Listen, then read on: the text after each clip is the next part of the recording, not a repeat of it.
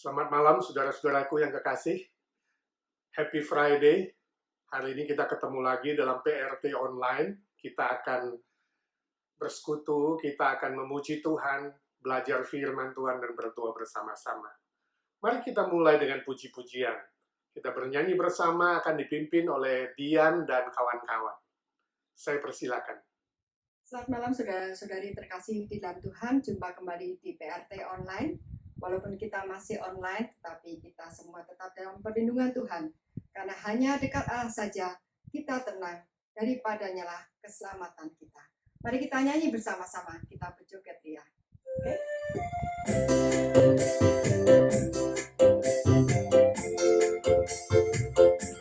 Hanya dekat Allah saja aku tenang, daripadanya lah keselamatanku.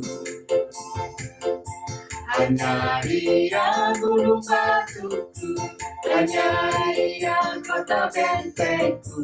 Aku tidak akan goyah selama-lamanya. Hanya dekat Allah saja aku tenang, daripadanya lah keselamatanku. Hanya Dia gunung batuku, hanya Dia kota bentengku. Aku tidak akan goyah selama-lamanya. Yesus kekasih jiwaku, sungguh ku percaya padamu. Karena kasih-Mu padaku, Kau tebus dosaku. Dari terbitnya matahari dan sampai terbenamnya, ku angkat lagu pujian, pujikan nama-Mu. Dengan gendang ku puji dengan kecapi. Oh, ku bernyanyi haleluya, Yesus kekasihku. Sayang, disayang, aku disayang Tuhan. Aku diangkat jadi anaknya, aku disayang Tuhan. Sayang, disayang, aku disayang Tuhan. Aku diangkat jadi anaknya, aku disayang Tuhan. Glory, haleluya. Glory, puji Tuhan. Glory, haleluya. Glory, puji Tuhan. Glory, haleluya. Glory, puji Tuhan. Glory, haleluya. Glory, puji Tuhan.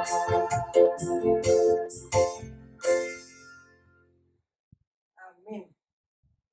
Ya saudara, saat ini setelah kita mengalami masa pandemi dan masa pandemi belum selesai, ditambah lagi situasi saat ini demo di mana-mana, di manakah kita mencari damai? Hanya ada di dalam Yesus. Mari kita siapkan hati kita untuk menerima firman Tuhan. Kalau aku cari damai, hanya aku dapat dalam Yesus. Kalau aku cari ketenangan, hanya aku temui di dalam Yesus.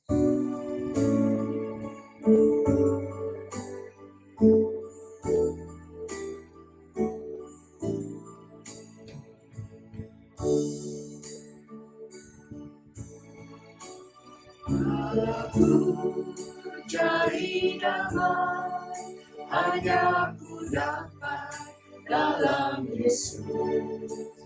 Kalau aku cari ketenangan, hanya aku temui di dalam Yesus. Tak satu pun dapat menghiburku, tak seorang pun dapat menolongku. Hanya Yesus jawaban hidup. hidupku. Kalau aku cari damai,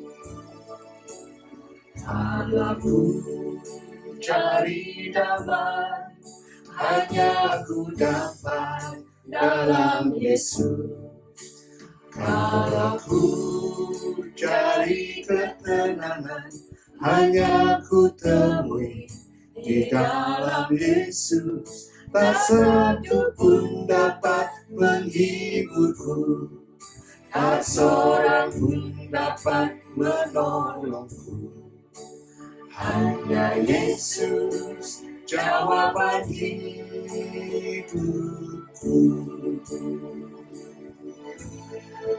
Bersama Dia hatiku damai, walau dalam lembah kekelaman. Bersama Dia hatiku tenang, walau hidup penuh tantangan. Tak satu pun dapat menghiburku, tak seorang pun dapat menolongku. Hanya Yesus jawaban hidupku. bersama Dia, Bersama Dia hatiku damai, walau dalam lembah kekelaman. Bersama Dia hatiku tenang, walau hidup penuh tantangan. Tak satu pun dapat menghiburku, tak seorang pun dapat menolongku. Hanya Yesus jawaban hidupku. hanya Yesus. Hanya Yesus jawaban hidupku.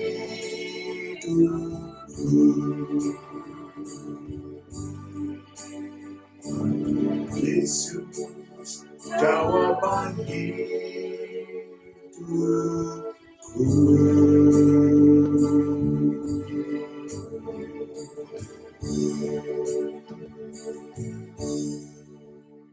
Amin.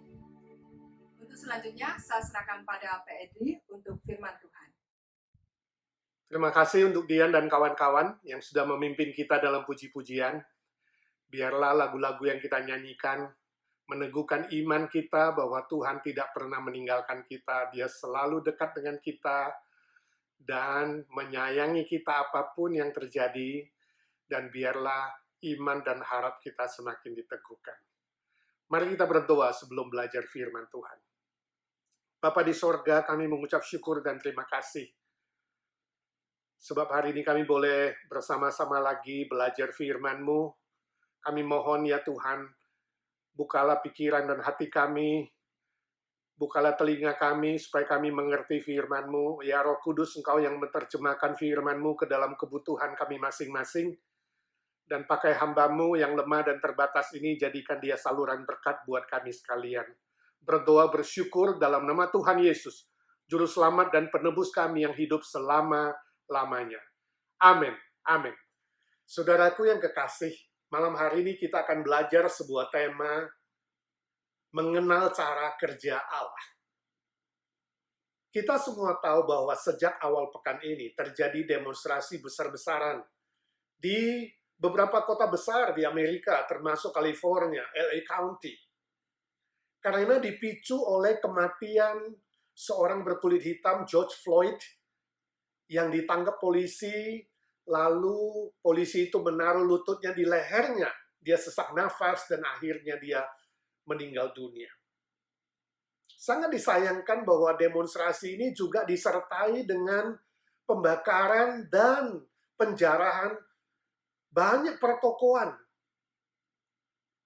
Padahal toko-toko itu lagi siap-siap reopen untuk akhir pekan ini. Penuntutan keadilan terhadap hukum telah dibonceng oleh penjarahan dan pembakaran. Ini yang sangat-sangat disayangkan. Permisi tanya, dalam situasi seperti ini, Apa respon saudara? Bagaimana saudara menanggapi, meresponi kejadian seperti ini? Ketika kita semua masih menunggu pemulihan dari wabah COVID-19, tiba-tiba kita dihantam oleh kejadian yang sangat mengagetkan ini. Apa respon saudara? Saudara sedih terhadap kematian George Floyd lalu ditambah dengan kemarahan seperti yang dilakukan oleh para pendemo plus sekaligus penjarahan itu? Atau saudara simpati tapi marah-marah, bukan ikut demonstrasi tapi marah-marahnya di medsos? Atau saudara ikut-ikutan, terpengaruh dengan berita-berita politisasi yang memang sedang memanas dan hangat menjelang pemilu November antara dua partai besar, Demokrat dan Republikan. Dan tidak sadar, saudara terpancing untuk membagi-bagikan berita-berita yang berbau politik itu. Atau saudara ikut-ikutan maki Presiden Trump karena dia sembarangan bicara, ya, bukannya meredakan suasana, tapi memanasi suasana, malah mengancam, bahkan di tengah-tengah situasi demonstrasi, dia masih mejeng di depan patung, di depan gereja, dengan memegang Alkitab tanpa bersuara. Ya. Seolah-olah ada unsur politik di sini, saudara. Bagaimana tanggapan saudara? Saudara ikut marah-marah, saudara kesal dengan Presiden Amerika Donald Trump ini, atau saudara ikut mendoakan? Di tengah-tengah situasi ini, saudara mendoakan keluarga George Floyd, mendoakan situasi dan kondisi di Amerika agar bisa pulih kembali, atau saudara tambah bingung? Kenapa Tuhan izinkan ini terjadi? Ada apa dengan Amerika? Kenapa Amerika adalah negara yang terbesar kena wabah COVID-19, korban terbesar, dan Tuhan izinkan terjadi demonstrasi dan penjarahan, dan situasi memanas. Di tengah-tengah COVID-19 belum selesai, ada apa dengan Amerika? Apakah Tuhan sudah geram, bosan, dan marah lalu menghukum atau mengutuk Amerika? Apakah ini gara-gara presidennya yang dianggap rasis dan tidak bijaksana dalam bicara? Atau gara-gara Amerika sudah liberal, moralnya sudah rusak, dan semakin menjauh dari Tuhan? Ketika kita semua ikut menjadi korban dari penderitaan dan kesusahan yang bertubi-tubi ini, yang sudah berdampak ke semua aspek kehidupan kita, baik itu sosial, ekonomi, pekerjaan, sekolah, ya, mental, kesehatan, keamanan, dan masa depan kita yang terasa gelap dan tidak ada harapan. Permisi tanya, apa yang saudara pikirkan tentang Allah? Apakah dia diam saja dan berpangku tangan, tidak peduli? Atau dia masih tetap bekerja?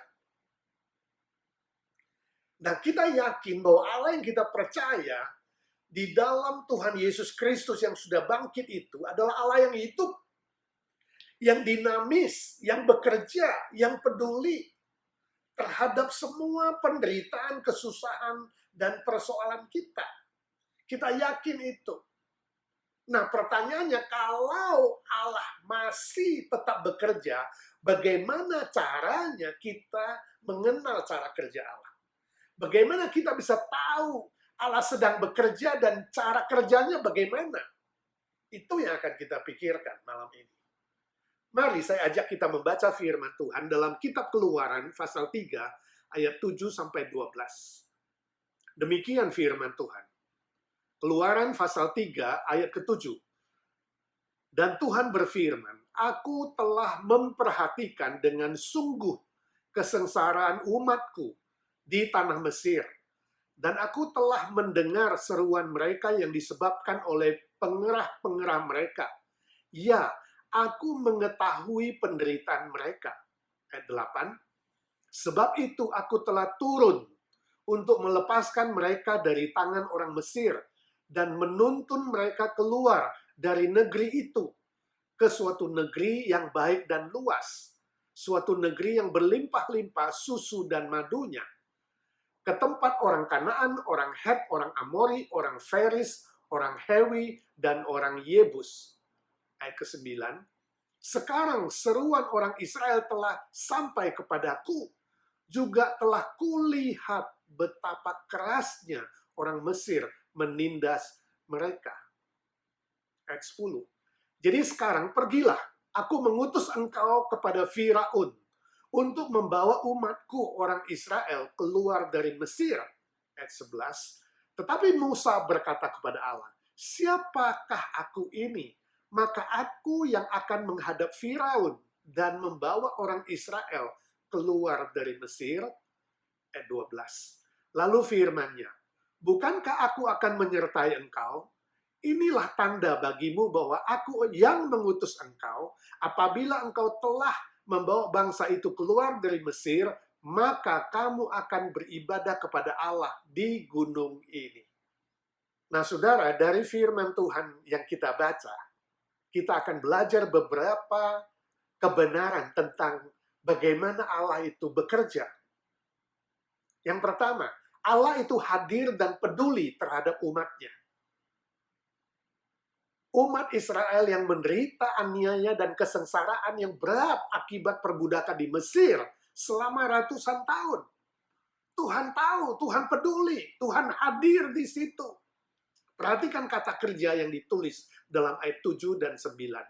Ya, ada 4 kata kerja di situ. Memperhatikan, mendengar, mengetahui, melihat. Semua kata kerja ini menunjukkan kehadiran Allah dan kepedulian Allah. Dia memperhatikan umatnya, dia melihat kesengsaraan mereka, dia mendengar seruan mereka, doa mereka, dia mengetahui apa yang terjadi. Allah Maha hadir, Maha tahu, dan Maha peduli. Walaupun umatnya, umat Israel, masih memberontak terhadap Tuhan. Melawan Tuhan. Ya, melawan firman-Nya, dan bahkan ada yang ikut-ikutan menyembah Allah asing dari orang Mesir. Allah tetap sabar, dan dia tidak menyangkal sifat-sifatnya yang maha baik, maha kasih, maha peduli, maha hadir, dan maha setia. Inilah Allah yang sejati. Allah yang maha tahu, maha mendengar, maha melihat, maha memperhatikan, dan maha setia. Walaupun bangsa Israel masih memberontak kepada Tuhan, walaupun mereka masih melawan firman-Nya, bahkan sebagian besar ikut-ikutan menyembah Allah asing orang Mesir, tapi Allah tetap maha kasih. Dia tidak menyangkal sifat-sifatnya yang maha baik, maha kasih, maha peduli, dan maha setia. Sebab itu, saudara, jangan salah sangka terhadap Allah. Jika ada penderitaan, kesusahan, dan hal-hal tertentu yang saudara tidak mengerti, jangan salah sangka, jangan salah ambil kesimpulan tentang pribadi Allah dan karyanya. Allah yang sejati bukan Allah yang membalas kejahatan dengan kejahatan seperti yang dilakukan oleh manusia. Allah yang sejati tidak pembenci, pendendam, dan kemudian melakukan kejahatan yang setimpal seperti yang dilakukan oleh manusia. Allah yang sejati tidak ngambek, tidak cuek, tidak kemudian jadi pasif, dan tidak mau melakukan apa-apa. Bahkan pergi jauh, meninggalkan manusia. Ya, atau pergi tidur, atau pergi piknik. Yang seperti disindir oleh sebagian manusia. Walaupun manusia tidak setia, Allah tetap setia. Walaupun manusia masih memberontak dan berdosa melawannya, Allah tetap menyatakan kasih-Nya dan kebaikan-Nya di dalam Yesus Kristus. Sehingga Dia mau datang, Dia mau mati bagi kita dan bangkit bagi kita. Memberi kita jaminan keselamatan, tetap menawarkan keselamatan kepada manusia yang masuk dalam lumpur dosa, bergelimang dosa, bahkan sengaja melawan Allah sekalipun. Inilah kasih yang ajaib, kasih yang mulia, kasih yang tanpa syarat, kasih yang melampaui pikiran, perasaan, dan pengalaman kita. Dalam Injil Lukas, Tuhan Yesus pernah menceritakan perumpamaan tentang anak yang hilang. Cerita yang sangat terkenal, saya yakin sebagian besar saudara tahu soal anak yang hilang. Si anak bungsu yang melawan bapaknya, meminta harta warisannya, lalu pergi berfoya-foya, berdosa, dan akhirnya bangkrut, dan dia bertobat kembali kepada ayahnya. Nah, dari cerita itu ada beberapa penekanan. Ada yang menekankan soal anak yang hilang itu, yang sudah masuk dalam lumpur dosa. Itu sepertinya wakil dari manusia yang berdosa dan yang sengaja melawan Allah, sengaja memberontak kepada Allah. Ada juga penekanan terhadap anak sulung yang tinggal di rumah, kelihatannya baik, tapi sebenarnya terhilang sebab dia munafik. Dia hidup dengan berbagai topeng yang tersembunyi, ya, menutupi kesalahannya, dosanya dengan berbagai kebaikan dan usaha berbuat baik, padahal itu egois demi kepentingan diri. Itu juga adalah gambaran tentang manusia yang mencoba menutupi dosanya dengan kebaikan, menutupi dosanya dengan berbagai macam topeng, hidup munafik. Dia kira bisa diselamatkan oleh kebaikannya, padahal kebaikan manusia tidak bisa menyelamatkan manusia. Tapi saya kira penekanan yang paling tepat adalah dalam perumpamaan itu adalah tentang ayahnya. Sang ayah yang setiap hari keluar pintu rumah dan menunggu anaknya pulang. Tetap aktif, tetap sabar, tetap mengasihi dan menyayangi anaknya. Sampai suatu hari anaknya pulang dengan bangkrut, dengan kotor, dengan jorok, karena hanya bisa hidup dengan babi dan memberi makan babi, bahkan makan makanan babi. Itu lambang kekotoran manusia, kenajisan manusia. Tapi sang ayah tetap memeluk anaknya ketika anaknya pulang, memaafkan anaknya, menyayangi anaknya, melupakan semua kesalahan dia, dan memberikan status. Sang ayah memberikan status yang baru kepada anaknya. Dan ini adalah gambaran tentang Bapa di sorga. Ini yang mau diajarkan Tuhan Yesus, bahwa Tuhan Allah yang sejati, Allah Bapa yang di sorga adalah Allah yang mengasihi, menyayangi, memperhatikan umatnya. Ini yang mau ditegaskan oleh Tuhan Yesus. Bapa di sorga itu baik, maha kasih. Kasihnya tak terbatas, tak terhingga, tak bersyarat. Tetap menyayangi dan mengasihi manusia yang berdosa. Walaupun manusia sengaja memberontak, ataupun manusia yang berpura-pura munafik dan ingin menutupi dosanya dengan segala topeng-topeng yang tersembunyi, dan kebaikan yang dianggap baik, padahal itu adalah najis di hadapan Tuhan. Allah tetap mengasihi dan mencintai. Inilah Allah yang sejati. Permisi tanya. Kalau anak saudara yang terhilang, kalau suatu hari anak saudara yang memberontak, menyakiti hati saudara yang sudah terhilang, dan dia kembali dengan pakaian yang compang-camping, kotor, bau, dan bangkrut, jatuh miskin, tidak punya apa-apa, dia kembali kepada saudara, minta maaf. Apakah saudara mau menerimanya? Saya yakin ada sebagian orang tua yang tidak bisa mengampuni anaknya. Karena anaknya terlalu nakal, terlalu melawan, terlalu menyakiti dia. Bahkan ada orang tua yang membuang anaknya, menolak anaknya. Bahkan masukkan koran mengatakan bahwa itu bukan lagi anaknya. Ada yang begitu. Saya pernah dengar cerita di Semarang. Ada seorang bapak yang menolak anaknya. Anaknya melawan dia, anaknya sudah menyakiti dia, dan kemudian direhab setelah narkoba dan berbagai perbuatan jahatnya. Suatu hari setelah sembuh, pembina dari anaknya telepon papanya dan mengatakan anaknya mau kembali. Apakah bapak mau menerimanya? Bapaknya marah besar, mengatakan jangan pernah suruh dia kembali. Saya tidak pernah akan memaafkan dia dan tidak pernah akan menerimanya. Sampai aku masuk ke dalam peti mati. Wow, ada sih orang tua yang begitu. Tapi saya yakin lebih banyak orang tua, sebagian besar saya yakin, akan menerima kembali anaknya. Bagaimana dengan saudara? Kalau anakmu, saudara jadi bapaknya atau ibunya, anakmu datang minta maaf, apakah saudara memaafkannya dan menerimanya kembali setelah dia berdosa, setelah dia melawan, setelah dia narkoba atau melakukan kejahatan dan menyakiti hati saudara? Saya yakin saudara akan menerima, bukan? Karena saudara sudah dimampukan oleh Tuhan untuk memaafkan.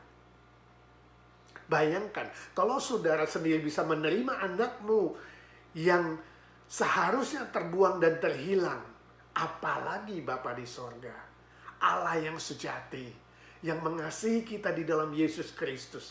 Dia pasti jauh lebih baik, jauh lebih murah hati, jauh lebih pemaaf, lebih menyayangi, peduli, dan mengasihi tanpa syarat dibandingkan dengan semua manusia.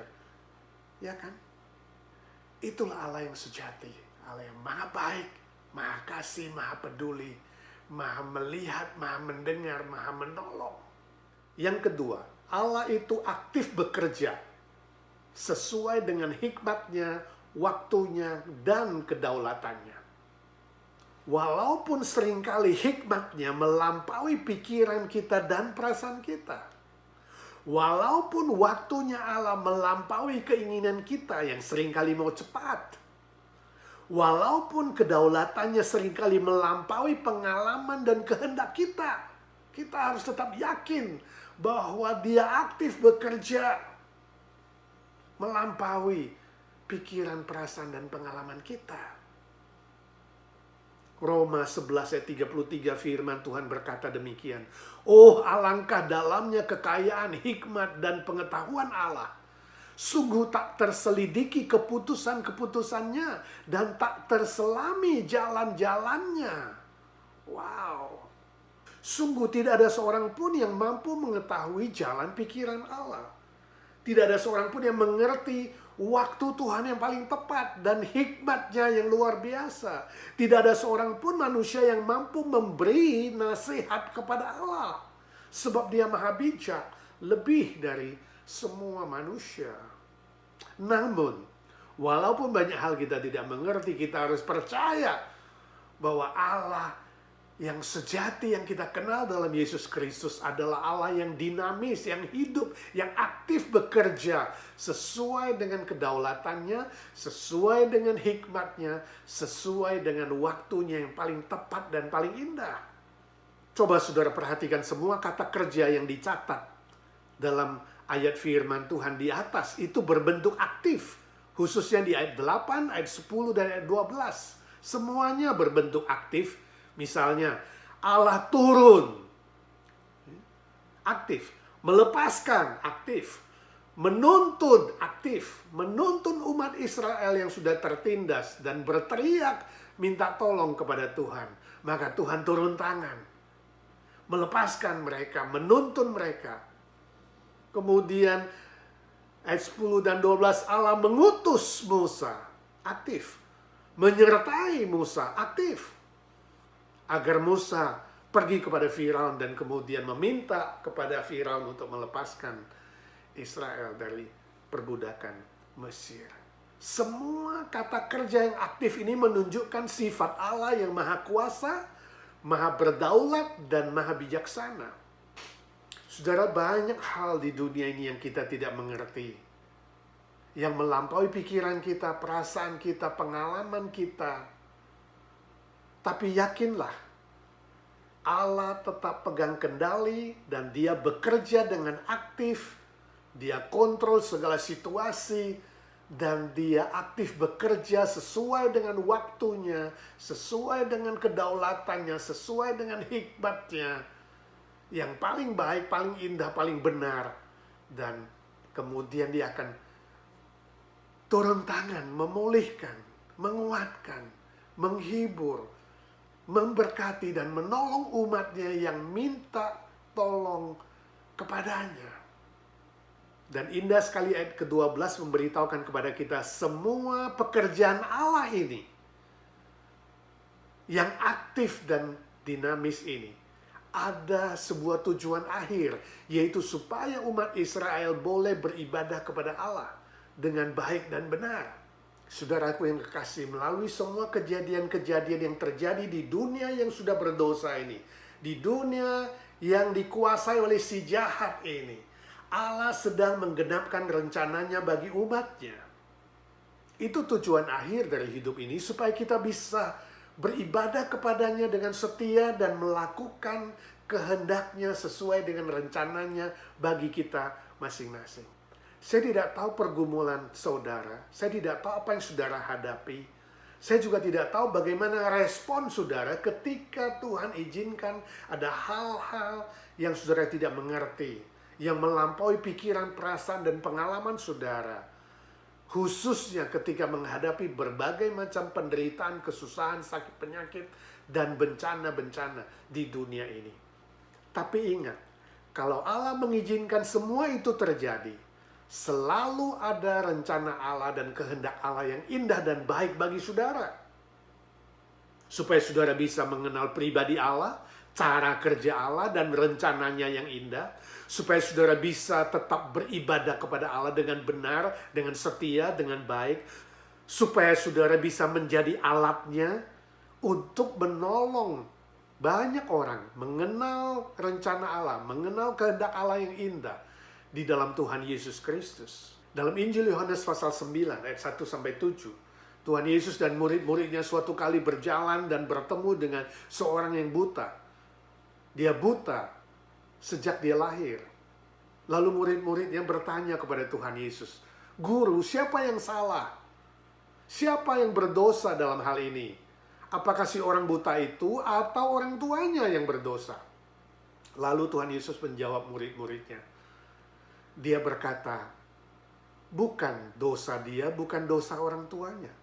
Tetapi Allah memiliki pekerjaan yang akan digenapkan pada diri orang itu. Indah sekali ya jawabannya.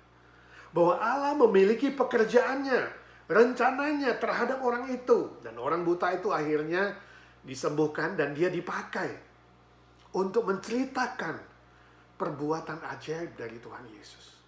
Saudara, seringkali jika ada hal-hal yang buruk terjadi, apakah itu aniaya, apakah itu ketidakadilan, apakah itu kesusahan, bencana alam, kecelakaan, sakit penyakit, wabah COVID-19, dan kemudian disusul dengan demo, penjarahan, kerusuhan, dan berbagai macam bencana-bencana lainnya terjadi. Seringkali kita tergoda, mulai bertanya, ini salah siapa? Dosa siapa? Tergoda untuk mulai mencari kesalahan. Siapa yang akan kita blame? Siapa yang kita salahkan? Siapa yang akan jadi kambing hitam? Dosa siapa? Ada yang salahkan orang tua, ada yang salahkan mertua, ada yang salahkan anak, ada yang salahkan teman, salahkan saudara, ada yang salahkan sekolah, salah pendidikan, salah lingkungan, salah situasi, salah bos, dan berbagai macam hal. Ada yang menyalahkan tempat kelahiran, menyalahkan negara, menyalahkan polisi, menyalahkan pemerintah yang tidak becus, dan banyak hal. Atau ada yang lebih internal, menyalahkan diri sendiri. Atau menyalahkan Tuhan. Kenapa Tuhan tidak bekerja? Kenapa Tuhan tidak menolong? Kenapa Tuhan tidak begini, tidak begono? Kita mulai mencari-cari kesalahan. Permisi tanya, apakah saudara seperti itu, cenderung untuk cari kesalahan? Atau saudara cenderung untuk menyalahkan diri? Berkeluh kesah, bersungut-sungut, pesimistik? Atau saudara menyalahkan Tuhan dan meninggalkan Tuhan? Tidak percaya lagi, ragu lagi? Siapa yang saudara salahkan? Mulai hari ini saudaraku, stop mencari kesalahan. Stop menyalahkan orang lain, menyalahkan diri sendiri, atau menyalahkan Tuhan yang kita kenal dalam Yesus Kristus, yang sudah memberikan nyawanya bagi kita. Bangkit kembali, aktif bekerja, naik ke surga mempersiapkan tempat bagi kita. Allah yang sempurna, Allah yang maha kasih, maha ajaib, maha baik. Stop mencari kesalahan. Sebaliknya, belajar mencari tahu pekerjaan Tuhan apa yang mau digenapkan pada diriku. Rencana Tuhan apa yang mau digenapkan pada diriku. Kita belajar untuk tetap beriman kepada pribadi Allah yang diperkenalkan oleh Tuhan Yesus Kristus kepada kita. Tetap beriman kepada karya Allah yang aktif melalui Kristus dan melalui Roh Kudus yang diam di dalam kita. Kita harus belajar tabah dan kuat di dalam Tuhan sesuai kasih karunia-Nya yang besar dan baru setiap hari. Kita harus tetap setia dalam ibadah dan mengerti rencananya dalam kehidupan kita masing-masing. Itu yang perlu kita kerjakan. Itu sikap yang lebih baik. Itu respon yang lebih benar sesuai dengan pengajaran firman Tuhan. Mari kita berdoa kepada Tuhan. Bapa di sorga, kami bersyukur sudah belajar firman-Mu. Suara hamba-Mu sudah berhenti ya Tuhan. Biarlah suara Roh Kudus terus bekerja di dalam hati kami masing-masing. Mengingatkan kami ketika kami lupa. Menguatkan kami ketika kami lemah.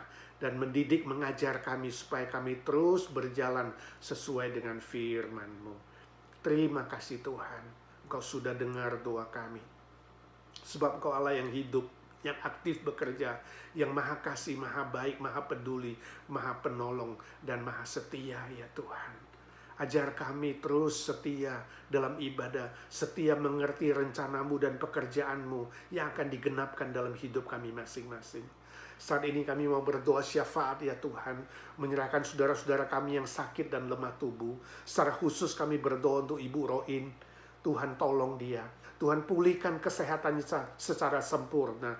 Dan minggu depan dia akan tes kembali. Tuhan tolong supaya sungguh dia sembuh secara total. Kami bersyukur Pak Sardi sudah sembuh dan anak-anak semua baik. Tuhan pelihara seluruh keluarga. Kami minta pemulihan sempurna dan kami boleh kumpul lagi melayani Tuhan dan beribadah bersama-sama. Ya Tuhan, kami juga mau berdoa bagi mereka yang sakit menunggu pemulihan juga dari Tuhan. Kami serahkan Ibu Ratna dalam tangan-Mu. Tuhan tolong supaya jantungnya boleh sehat secara total. Kami juga doakan Bu Nina ya Tuhan, tolong kakinya, pinggangnya, dan kelemahan-kelemahan tubuh lainnya. Tuhan Kau yang tahu, Tuhan yang sempurnakan, Tuhan yang sembuhkan dia. Kami doakan Ko Regi Kurniawan, Tuhan juga tolong dalam masa pemulihan dari sakit stroke-nya. Ya Tuhan, kami doakan Putri Tarigan untuk pemulihan hasil operasi.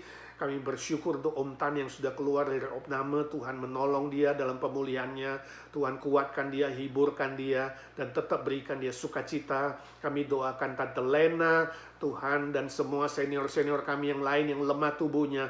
Tuhan Kau lindungi, Tuhan pelihara. Tuhan hibur mereka lagi kesepian. Tuhan kuatkan mereka dan Tuhan tolong mereka tetap bersandar Tuhan, berharap dan setia di dalam berdoa, mendukung pekerjaan Tuhan. Kami doakan mereka yang sakit, yang tidak disebutkan namanya, baik yang ada di Indonesia, baik maupun di sini, keluarga di Indonesia. Tuhan hiburkan, Tuhan kuatkan, Tuhan sendiri menolong satu persatu, dan Tuhan sembuhkan sesuai dengan cara-Mu, sesuai dengan mujizat-Mu yang ajaib ya Tuhan. Kami mendoakan majelis, aktivis, dan seluruh jemaat IGNC supaya kami tetap kompak, kami tetap setia untuk saling mengasihi, saling menguatkan, saling membangun, dan kami boleh bersama-sama untuk beribadah lagi. Rencana akan reopen minggu ini ya Tuhan. Ibadah minggu pagi jam 11, Tuhan menolong, berikan kami kesehatan, sukacita, dan hati yang bersyukur. Boleh berkumpul lagi, beribadah, dan menerima perjamuan kudus. Kami doakan PRT dan ibadah sore yang masih harus online. Tuhan menolong semua rekan-rekan yang melayani untuk pelayanan online, dan juga tolong supaya mereka yang lemah, yang belum bisa hadir, bisa tetap juga beribadah dengan baik di rumah mereka masing-masing. Ya Tuhan, kami doakan pemerintahan pusat, lokal, dan pemulihannya, khususnya situasi di Amerika dan di LA secara khusus. Tuhan menolong supaya secepatnya Amerika bisa lebih pulih, lebih tenang menghadapi masa pemilu November nanti. Juga saat ini sedang menunggu pemulihan dari masalah COVID-19. Tuhan kasihani bukan saja Amerika tapi juga Indonesia, seluruh dunia sedang menantikan karya pemulihan dari Tuhan. Tuhan tolong supaya melalui wabah ini ya Tuhan, banyak orang yang belum diselamatkan boleh mendengarkan Injil dengan cara, waktu Tuhan dan kedaulatan Tuhan. Mereka boleh diselamatkan oleh Tuhan. Kami doakan untuk gereja-gereja Tuhan, orang Kristen, misioneri di mana-mana. Tuhan memberkati supaya tetap berfungsi secara efektif dan produktif untuk terus berbuah, mengabarkan Injil, menjadi terang dan garam di sekitarnya, dan boleh menjadi saksi Tuhan yang baik dan setia. Terima kasih Tuhan, terima kasih. Kami doakan untuk mereka yang setiap hari harus keluar rumah, dokter, nurse, karyawan, petugas, dan semua yang melayani hal-hal yang esensi. Tuhan sendiri memberkati satu persatu. Jauhkan mereka dari mara bahaya, jauhkan dari sakit penyakit dan segala virus, khususnya COVID-19. Tuhan memberkati mereka supaya tetap sehat. Banyak pasien yang menunggu kesehatan dan pemulihan boleh sehat kembali, dan Tuhan sembuhkan secara sempurna. Tuhan, kalau boleh jangan lagi tambah korban yang positif, tapi sungguh-sungguh mereka yang sakit boleh segera sembuh kembali, dan dunia boleh berjalan normal kembali. Berharap dan beriman kepada Tuhan. Lebih banyak orang yang mengenal Kristus. Terima kasih Tuhan, kami berdoa ya Tuhan untuk pergumulan kami masing-masing satu persatu yang tidak disebutkan. Tuhan tahu, entahkah itu masalah pekerjaan, masalah ekonomi, masalah status, masalah teman hidup, masalah relasi, dan masalah-masalah lainnya satu persatu. Tuhan tahu, sebab Tuhan Maha tahu, Tuhan Maha peduli, Tuhan Maha menolong. Tuhan, Engkau sendiri yang menjamah dan memberkati satu demi satu, sesuai dengan waktumu, sesuai dengan rencanamu, sesuai dengan hikmatmu yang sempurna. Terima kasih Tuhan sudah dengar doa kami. Kami berdoa, bersyukur, dan memohon berkat dalam nama Tuhan Yesus, satu-satunya juru selamat kami dan penebus kami yang hidup selama-lamanya. Amin, amin. Bapa terima kasih, Bapa terima kasih, Bapa di dalam sorga, ku beri terima kasih. Amin. Amin. Saudara, izinkan saya berikan beberapa warta. Yang pertama, bahwa karena situasi kita belum pulih, khususnya LA County, maka PRT kita setiap Jumat dan ibadah Minggu sore kita akan online. Jadi Jumat depan masih PRT online, dan ibadah sore ditiadakan, diganti jadi online. Tapi ibadah pagi tetap. Hari Minggu ini kita akan reopen, ada ibadah pagi jam 11, dan ada perjamuan kudus. Mari kita persiapkan diri kita untuk mengikuti perjamuan kudus hari Minggu jam 11 di gereja. Bagi saudara yang sehat, bagi yang tidak sakit, tidak lemah, saudara datang beribadah bersama-sama. Ya, bagi yang biasa ibadah sore, saudara bisa ikut online, tapi dimulai jam 7 karena yang rekam, yang edit dan upload di YouTube harap jam 7 saudara sudah bisa nonton jam 7 malam. Ya, dan saudara yang ikut perjamuan online, saudara butuh anggur dan roti yang paket itu, nanti saudara bisa kontak dengan koordinator wilayah masing-masing. Ya, atau saudara kalau hari Minggu mau singgah di gereja untuk ambil juga boleh. Selesai ibadah akan ditunggu sampai jam 3 ya, atau jam 4 saudara boleh datang ambil, atau di koordinator wilayah besok pagi saudara sudah saya WA nama dan nomor-nomor mereka, saudara tinggal telepon janjian. Oke? Yang kedua, besok hari Sabtu ada bersih-bersih gereja, dan kita akan susun kursi sedemikian rupa supaya jaraknya lebih aman. Dan saya bersyukur bagi saudara yang sudah daftar kepada Ruben untuk membantu. Terima kasih untuk pelayanannya. Habis kita cleaning, bersih-bersih, kita ada makan siang bersama. Ya, Tuhan memberkati pelayanan saudara. Minggu ketiga kita ibadah pagi bersama, ada perayaan Father's Day. Kita akan gabung dengan Mother's Day sekalian, jadi Parents Day. Jadi tanggal 21 Juni 2020 kita akan merayakan Parents Day, hari Minggu yang ketiga jam 11 pagi. Ya, yang sore tetap ada online dan PRT online. Kalau Tuhan izinkan, Jumat keempat, hari Minggu keempat, kita akan reopen ya di gereja. Dan saudara siap-siap, kita bersama-sama akan bersukacita, bersyukur, beribadah kepada Tuhan dengan persekutuan yang lebih akrab. Tuhan. Dan yang terakhir, sesudah PRT ini ada acara interaksi, saudara bisa kesaksian, saudara bisa bertanya, ada tanya jawab, saudara bisa berdoa, saudara bisa mengajukan pokok doa untuk kita doakan bersama-sama, dan kita bersekutu dengan interaktif melalui apps Webex ya, jam 8.30 sampai 9.30 seusai PRT ini ya. Petunjuknya ada di WhatsApp saudara seperti biasa. Sampai bertemu di acara interaksi. Tuhan memberkati saudara. Selamat malam.